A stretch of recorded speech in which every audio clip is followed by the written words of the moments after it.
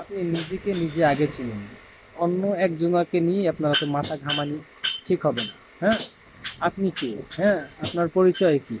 আপনি কিভাবে নিজেকে গঠন করেছেন? সে বিষয়টি নিয়ে ভাবুন। ঠিক আছে?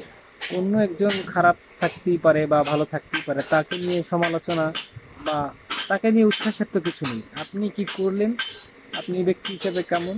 হ্যাঁ? মূলত সেটি আপনার চিন্তার বিষয় যে আপনি এই সমাজের জন্য পারফেক্ট কিনা। আপনি কি যথেষ্ট ঠিক আছেন? সমাজের যে নিয়মগুলো রয়েছে সেগুলো কি আপনি মানছেন? পরিবারের কথাগুলো কি আপনি মানছেন?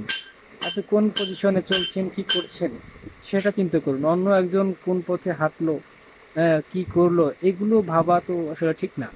হ্যাঁ, এতে আপনার উন্নতি হবে না। বরঞ্চ আপনি দেখবেন যে time and tide wait for none. ঠিক আছে? আপনার সময় ঠিকই চলে যাচ্ছে। কিন্তু আপনি কি মূলত বাস খাচ্ছেন। কারণ আপনি অন্য একজনের চিন্তায় চিন্তিত। আপনার নিজের চিন্তায় চিন্তিত থাকুন আগে। যদি আপনি আপনার চিন্তা করতে পারেন তাহলে ভালো। আগে আপনার চিন্তা তারপর অন্যের জন্য। অবশ্যই অন্যের উপকার করতে হবে। বিপদে পাশে থাকতে হবে। হ্যাঁ? এই মানে এটা যে সমালোচনা করা যাবে না।